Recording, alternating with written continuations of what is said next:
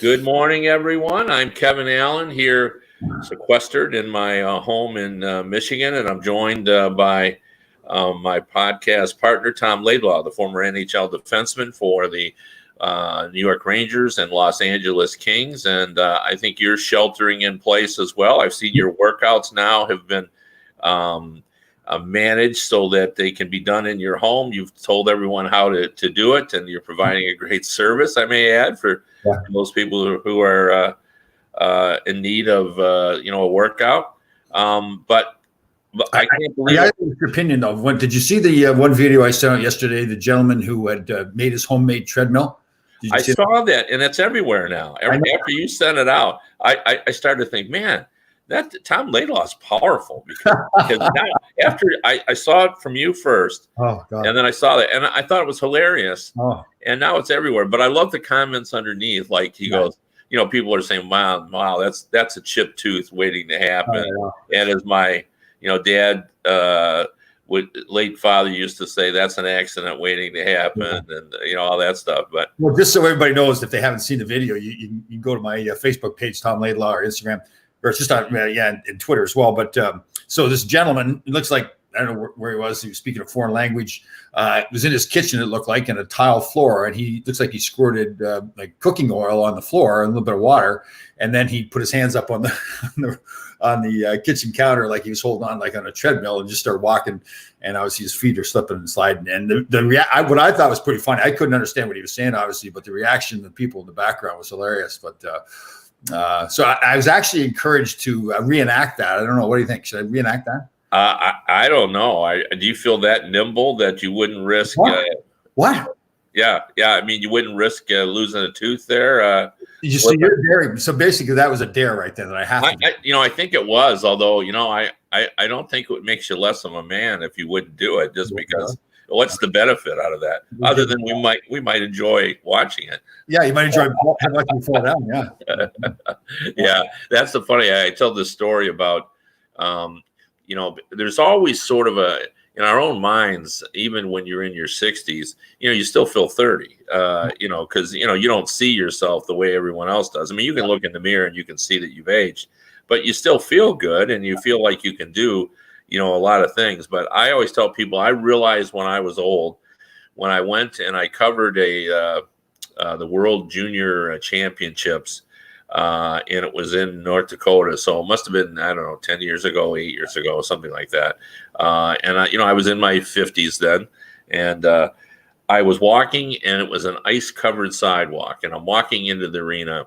And as I took a step toward the door, it was like a cartoon. My feet went up in the air, and I just landed hard on my back. Yeah. And I'm laying there just, laughing essentially at my stupidity of not being careful. And then I looked out of the corner of my eye. There were people running from everywhere trying to help me. An old guy has fallen down, and he's probably broken a hip. And I thought, and people came and she said, are you injured? They'd say, and I'd say, just my pride. And I said, but now I realize how old I am. That it wasn't because you're an old guy. It's because you're a famous guy that's in like 70. No. Because if I was 29, everybody would have laughed. Oh God! Because it was that comical. I mean, I do a similar thing. Like as I can be a little bit of a smart aleck. And when I'm in the gym, I'm the same way. Like when I was in the locker room, I'm always giving everybody a hard time, joking around. So when I'm in the gym, I'm the same way. And especially, you're there for a while and they get to see the same guys early in the morning and everything. And this one gym I was going to, probably like 5 or 6 years ago, same kind of scenario. I got there early in the morning, worked out. I'm thinking I'm Joe Cool. And I'm bebopping out the door. And the gym had these like 6 stairs going down, cement stairs. And it was just one of those December days where it was a little drizzling rain. They hadn't got out there to sand the stairs yet. And to me, it looked like perfectly dry. So I went to step on the top step. Same thing. My feet flew out and I landed on my back going down the stairs. And I was now these guys that I'm always giving a hard time to, now they're coming into the gym. Now they don't know whether they're actually being nice to me, which made it even worse because I was such a jerk to them. I'm always joking around in the gym, like, come on, put some weight on it and all that kinds of stuff. And so there I am laying in the side of the parking lot, and they're being nice to me. And I was like, please get away from me. Please get away from me. Yeah. No, there's nothing more. Yeah, I just saw recently at the grocery store within the last week, a guy, I don't think he was hoarding toilet paper or anything, but he probably had more groceries than he should have had. And he, for some reason, maybe because he was a male, he refused to use a cart. So he had, 3 or 4 bags of groceries, in the plastic, and he's kind of marching on, and he's, probably in his early 50s, and he just wasn't paying attention and hit a step and just went flying, and groceries and everything. And it was early in the morning, because that's when I like to go. And I came up to him and I picked up a couple of groceries with him. And as I handed it to him, I said, I didn't see a thing, and just kept walking because he was totally embarrassed by it all. He wasn't really hurt. He was just embarrassed. But okay, so now, did you laugh internally? Did you laugh out loud? No, I'm not that guy. I have this thing about embarrassment. I don't like to be embarrassed, and I actually get embarrassed when other people are embarrassed. So I took pity on him a little bit. I just, but I did have a little, I thought it would sort of break the tension a little bit by saying, I didn't see a thing. So he kind of chuckled and kind of went on his way. But anyway, I can't believe I'm saying this, Tom, but there's actually some hockey to discuss today. And I read the story on TSN, which I thought the headline on it called it spitballing, which I think is appropriate because, basically what it is it looks like there's kind of an organized discussion with NHL players, but, nothing's been settled. Nobody knows what's going to happen in 6 or 7 weeks. But apparently a group of players have sort of gotten together and said, hey, this is what we think, would work for us as players, and possibly might fit into what's happening in the landscape if they can properly read the tea leaves. I mean, I don't think it was an accident that, President Trump said that, now we're thinking, it'll be August or September before we get any semblance of normalcy. Now, they don't know for sure, but I think they sort of think, okay, this is how it will subside based on modeling and everything they do with these sort of, medical emergencies. But what the players were thinking about is that, look, even if we could get into August, if we could have a little bit of a training camp in July, and again, I want to, when I'm done here, I want to get your thoughts on how long do you think they'll need as players, because obviously you were one. But even if we could get a training camp in July and we started a full Stanley Cup playoffs in August and September, and then we'd finish this season, and then we'd have a 4-week hiatus so that you can hold the draft and get organized. And then we would start the following season. So that would be 2020-21 in November. That's what they're thinking. That's what players were talking about. And it sounded like the players thought that this was a really good idea. Now, saying all that, and we talked about this before we went on air, what I really enjoyed about that story is these are players who don't get paid in the postseason. Their money has already been paid for them. They're getting their last checks now. And then, when they sign a $5 million contract, they've received their $5 million minus the escrow to assure that everybody gets 50-50 split. But they've been paid in full already. But you know what? What that says to me is the Stanley Cup playoffs, this is important to them. They want to make sure we have one. So they're coming up with an idea. So anyway, let's start there. I got a lot of questions for you as a former player, as a former agent, but your just initial thoughts on the spitballing idea that players seem to have for, training camp late July, tournament August and September, new season starting in November. Right. So I think the first thing that strikes me is that you bring up an interesting point that we kind of take for granted in every season, particularly in the NHL, that you're right. Every year, the players, by the time the regular season ends, they've gotten paid all their money. So if you're making $5 million a year, you've gotten that $5 million a year. And then you're going to go into the playoffs, and there is a bonus to win the playoffs. And there's obviously a smaller bonus for each round that you progress through the playoffs. But the intensity and the level of sacrifice that the players have during those playoffs, where they're not getting paid their big money. You talk about players like, Patrice Bergeron, playing in the playoffs with a punctured lung and all these things that these guys go through. It's a real testament to the guys how much they really want to win the Stanley Cup. So it's even more prevalent now because of what's going on. I like the idea. Obviously, there's a lot of issues, right? I mean, it's a collective bargaining issue as well. So that, if their contract has ended, if a player's you brought this up before we got on the air, if a contract has ended at the end of this season, and now you're going to start playing beyond, you're really finishing up the playoffs and this season after the time your contract is expired. I mean, that's going to have to be collectively a bargain. It can get done. It's not an issue, but that's something that the league and the Player Association has to negotiate themselves, and the players have to ratify that. So there's a lot of issues, arena dates, but I know some people here are writing in some questions about arena dates being booked up, but all the arenas are empty right now. So there is no dates. I guess there's events, maybe concerts and things that have been planned down the road that could still happen. But I like it. I think it's, a creative way. And you brought up some good points. So another issue, what if, so we get into July or August and now we have another player we get one player right now, a player in Ottawa who we don't know who it is, I don't think, has been tested positive for the virus. What if we get later on in the summer and it happens again?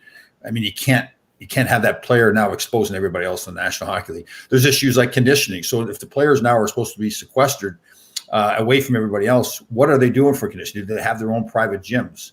Not everybody's as creative as I am. They can work out with propane canisters, but maybe if they watch the video, they'll figure it out. But so there's a lot of issues. I think those things can be worked out. But to your point, I think it's a great one that it shows the level of sacrifice and how bad these players want to win that Stanley Cup. Well, I want to get in a little deeper to these issues, Tom. I wonder too, when we started down, why, probably our listeners wanted to know why I hadn't mentioned about the Ottawa Senators player tested positive, because I think that's a major issue. And I think I want to address that even separately when we get beyond this. But let's just talk about this plan, because I'm fascinated by this. And again, I want to point out again that nobody is suggesting this is etched in stone. This was, as TSN reported, and we all know TSN does good reporting. So I'm confident this is a legitimate plan that players have been talking about. But, they called it spitballing. So, and I'm sure the league's well aware of this plan. I'm sure there's been some discussion about it, but because we don't even know how this is going to play out with the virus, there's no sense in getting too invested in it. But it's interesting to discuss. Now, I want to go back to that contract because, as we all know, free agency starts July 1st, which means the contract's expired. Now, there's a fair amount of risk here, Tom. Now, you're a former agent. If you were let's just say you're representing who's going to be an unrestricted free agent this season. That I see Chris Kreider resigned. Anyway, if you're representing an unrestricted free agent, would you and the CBA says, okay, we're going to extend that contract for 2 months. But you're not getting any pay for that. So right. So you're going to play for your team. But there's risk. What happens if that guy suffers a career-ending injury? So, instead of getting a major 7-year deal paying him $7 million a year, that everyone's worried because they don't know how badly this injury is. Like, would you recommend your client play? Right. So in a standard player's contract, you are required, you're contractually obligated, and it isn't really an issue because the players want to do it anyways, but you are obligated to participate in the playoffs, even though you've got paid all your money. So that is part of the contract. And I'm sure what they would do as a CBA negotiation, they would negotiate that and say, okay, now that all those contracts are signed, and particularly expiring contracts, that now is extended until whatever date they have to have it extended, right? Like to me, that's going to be something that isn't going to be individually negotiated. That's a collective bargaining issue that I think they're just going to push it forward. But yeah, I mean, it's still a risk that you're under, at least I guess my question, would you recommend that they go out and purchase their own individual insurance like we do sometimes when we go on the World Championship? Right. So I don't think it's wrong me telling the story. You know this. I represented Brian Berard many years ago, and he had gotten hit in the eye playing for the Toronto Maple Leafs against the Ottawa Senators. And in essence, it looked like his career was over with. And he had a pretty substantial disability insurance policy that covered a big chunk, and it's tax-free money. So that so he was injured, and then 12 months after the date of the injury, the insurance company then said, okay, you are disabled. It appears you're disabled permanently and will not play anymore. So then they wrote him a check. So that's what players go through. Most players, pretty much all players now, and sometimes it's pretty expensive for players, but most players do get that insurance, especially if they signed a long-term contract, right? If there's other issues, I should say the opposite of that. If they've signed a long-term contract, it's not as much of an issue because they are guaranteed, except if they do something, get hurt in a non-hockey related injury. So, but for me, okay, so you're a player's contract. Let's pick Sidney Crosby. Let's say his contract going to expire. So now the question is, his contract's expired. He's come back and he's now just going to play in the playoffs with really an expired contract, and then he's a free agent after that. Again, he will be contractually obligated, but he will, in my mind, if he's smart, he would get the disability insurance to cover him in case there is an injury. But again, it's going to be expensive for him too, because to cover any future money he's going to make, I mean, he would be making probably $12 or $13 million a year for probably, I don't know, at least another 4 or 5 years. So and again, the insurance payment that he receives is non-taxable. So it's a pretty big chunk of money he's got to get. And he's going to have a lot of exclusions for him too. All his concussions he's had. So the insurance company is going to have exclusions there. So if he gets another concussion, then ends his career, he won't get paid for that kind of stuff. So it's a risk for him. There's no question. All right, now let's talk about the need of training camp in July. So we're going to go from March till April is 1 month, May would be 2, June would be 3, 4+ months of inactivity. Now you can't even go to a rink and skate, as far as I know, because rinks are closed. Yep. How much training camp are players going to need to get ready when they're limited to working out in their home gyms? Well, typically, so you turn the clock way back to when we went to training camp. The older players, especially the veteran players, didn't really do much during the summer. The theory was that they would shut it down and rest their bodies and then have a longer training camp with 2-a-day practices, those kind of things, and work themselves into shape. That's not the case now. So these players are now, again, that's when these players today have access to the training that they have. They hire personal trainers. They go to places where they train with other players. So they won't be able to have that access to that kind of training. So you're right. It's not the normal situation that they can just, like now when they come to a training camp, they'll skate for 2 or 3 days and they'll start playing exhibition games because they're ready to go. So it's going to be different. And each player is going to be different too. Not that any player, like these players are all so dedicated now. It won't be for a lack of effort, but just kind of the access and where do they work out? I mean, we joke around about my workouts in the back with the propane canisters, and that's fine for me. I'm not going out playing the National Hockey League. But I just think that to me, you're going to have at least 2 weeks of training camp to get these guys ready to go. And even at that, you're going to have a lot of groin issues and other issues because these guys have not been able to train the way they normally would during the season. Now, are you going to have to play an exhibition game or two? Or yeah, you'd have to. I think for the integrity of the game, if you want, that's what Gary Bettman has talked about a lot, right? The integrity of the game. So after having all that time off and not being able to train properly, the team is just not going to be as good. So that hockey initially is not going to be as good. So you have to have some kind of a training camp. I mean, typically you'd want it with that kind of scenario. Ideally, you'd want to have, probably 10 preseason games to get ready to go, but there's no way you're going to have time to do that. We wouldn't anyone do that. I just wondered whether obviously you could just do some scrimmages, which is sort of the way the NFL wants to go now. There's nothing to me worse than an NFL preseason game.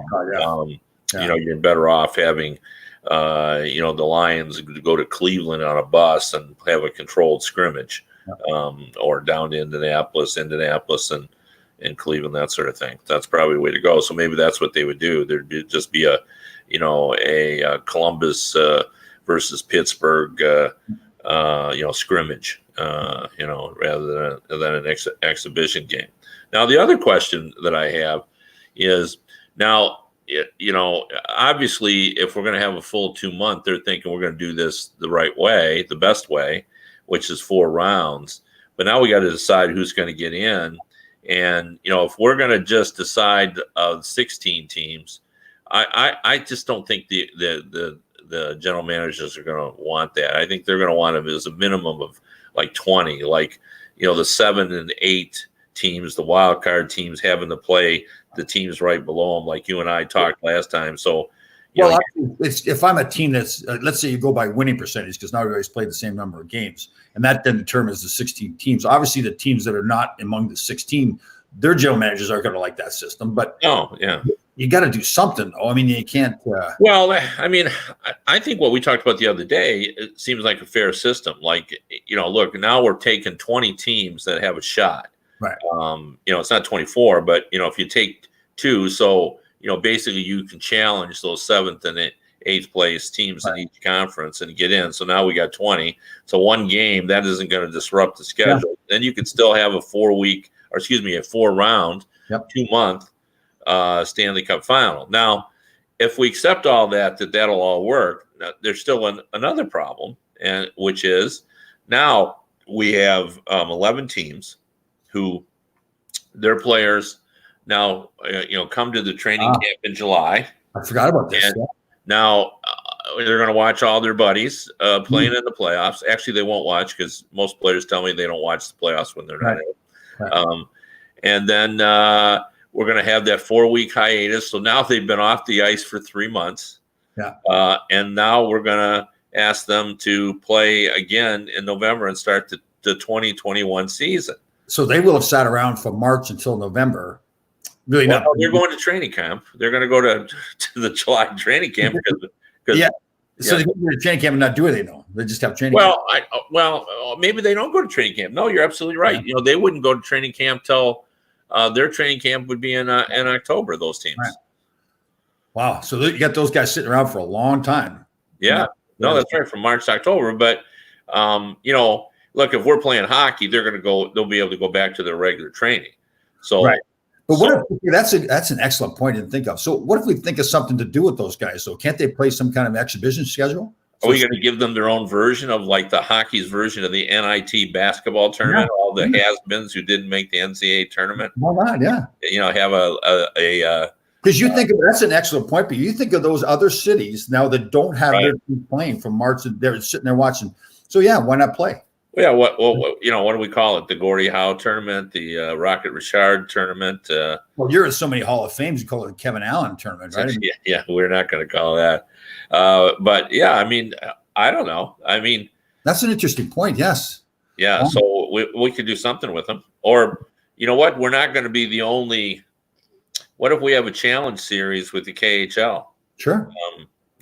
All those creative ideas that they were thinking about in the past, playing the KHL, going over to Europe, playing games. Right.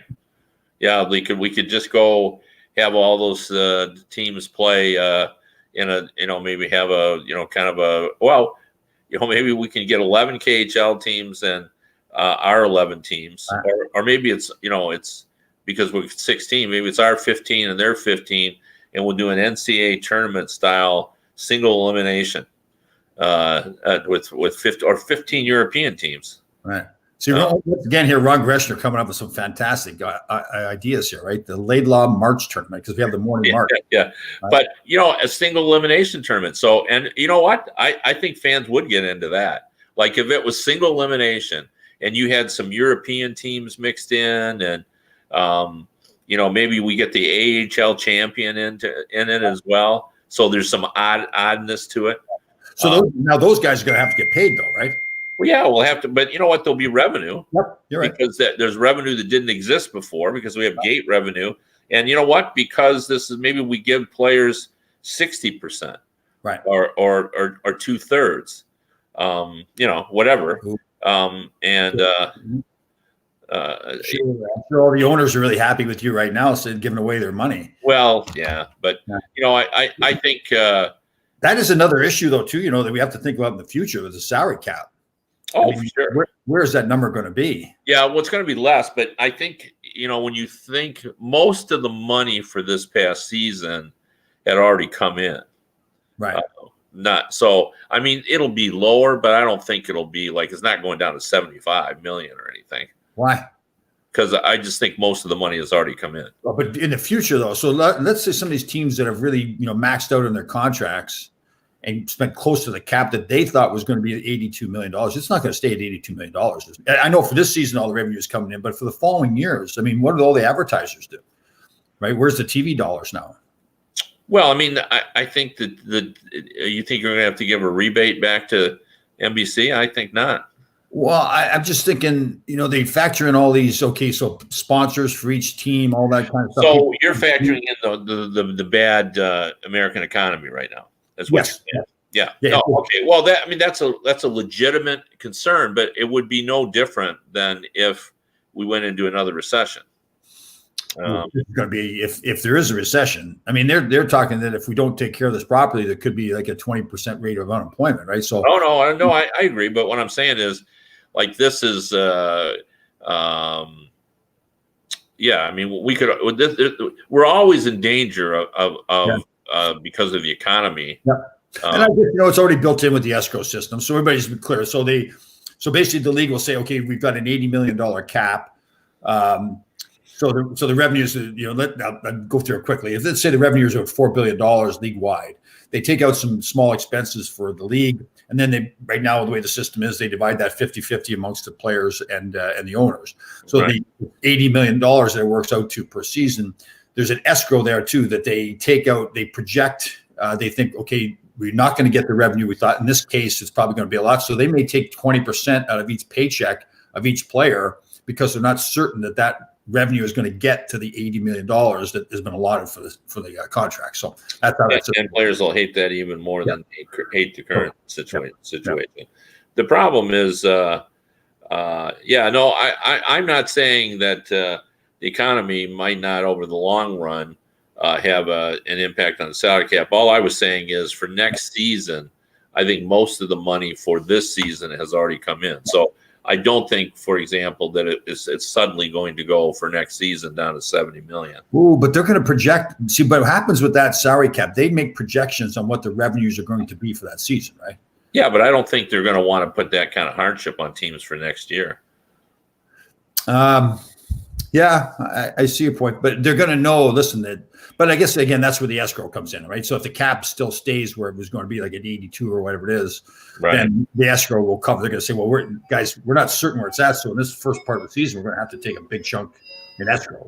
Yeah, no, and that's always hard. It's really like if you could pay it up front, if you could just have the owners not spend more than they should, you wouldn't have this problem. But escrow, anybody who owns a home knows that you need kind of escrow to make sure things get paid properly and there's protection in it, and that's all it is. But it's the psychology of it.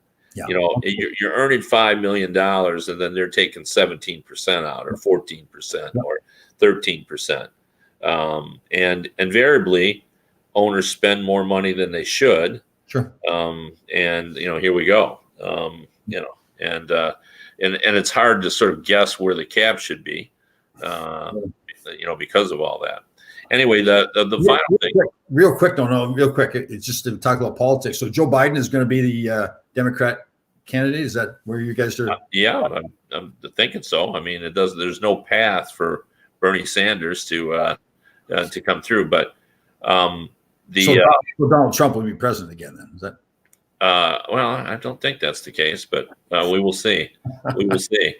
So the Democrat says to the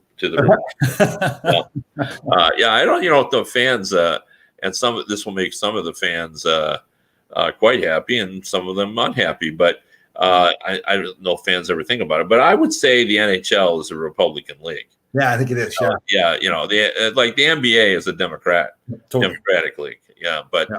I would say, there's a lot of players who are. Baseball. Wouldn't baseball be? That's a good question. I don't know. I mean, I'd guess Republican, but it's just a total guess, and I have no idea, about that. But one final thing I wanted to bring. I just wanted to circle back because we alluded to it earlier, but the importance of yesterday's. Revelation that a member of the Ottawa Senators was diagnosed with having the virus. He tested positive, and they didn't identify him. And to be honest with you, even though I'm a journalist and people will be shocked by this, is that I actually respect the idea that if the guy wants to keep it private, it's his own business. Because I've always said, like, I think injuries are different. I think when you're an NHL player and it's implied within when you join the league that you're accepting money for playing, and that your contract is based on, in part, on the fans and everything else, that they probably have, in my opinion, some right to kind of know where you're at in your career, since they're spending the money for season tickets and tickets to pay that. But I don't think that's true about your medical conditions. I think there should be some privacy. I don't want people knowing my business, and I'm sure players don't want to know theirs. So if he doesn't want to identify himself, that's fine. Yep. But saying all that, yeah, the fact that we have one tested positive, well, you can't play if you have even one guy. And right. So what if we get all this and we get it organized and everything, and then for the final step they test everybody and they find 2 players? Well, then you can't play. Well, even further to that, you figure all the basketball teams pretty much all play in the same arenas and share, especially visiting, share the same locker rooms. So when the basketball players are getting it, it's all together, right? There's even a story here in New York that the Ottawa player, it's somehow tied to the Nets because they'd shared some locker room someplace, and there's 4 players on the Nets that right have the virus too. So it isn't just the hockey league; it's NBA as well. So well, and we shouldn't call them locker rooms or dressing rooms. We should call them petri dishes. Yeah, totally. Because all sorts of microorganisms live in those places. I don't care how much you clean them, because when you go in them now, the modern dressing rooms are unbelievable how nice they are. But you got a bunch of sweaty athletes and equipment. Everybody's working out. There's weight rooms in there that are fantastic. All over. Yep. Yeah, and it's just like especially like the. All you have to do is, if you're watching when they do the slow motion of when an NHL player hits another player, what comes out of their mouths, like if you watch that and you're an NHL player, you're going to go, oh my gosh. Well, there's a good point. What makes it even worse? Think of Brad Marchand, the licking he did during the it's even worse now thinking about that. All that, and in the NBA, with all the leaning they do on each other and the sweat, and that's skin on skin. I mean, you guys are protected by your suits of armor in the NHL. Protect is the wrong word, because you're not really, but you have at least something between you and your opponent. But here's the most important thing too. One of our viewers like putting the things I used to put in the hair dryers and everything. So that would have ruined all my fun. Yes. Yeah. These people know you really, really well. Too well. So anyway, you've been listening to Laidlaw and Allen. I'm Allen. He's Laidlaw. We'll be back next week. Hopefully there'll be something else to discuss. I thought this was a pretty interesting subject. Stay safe, everybody.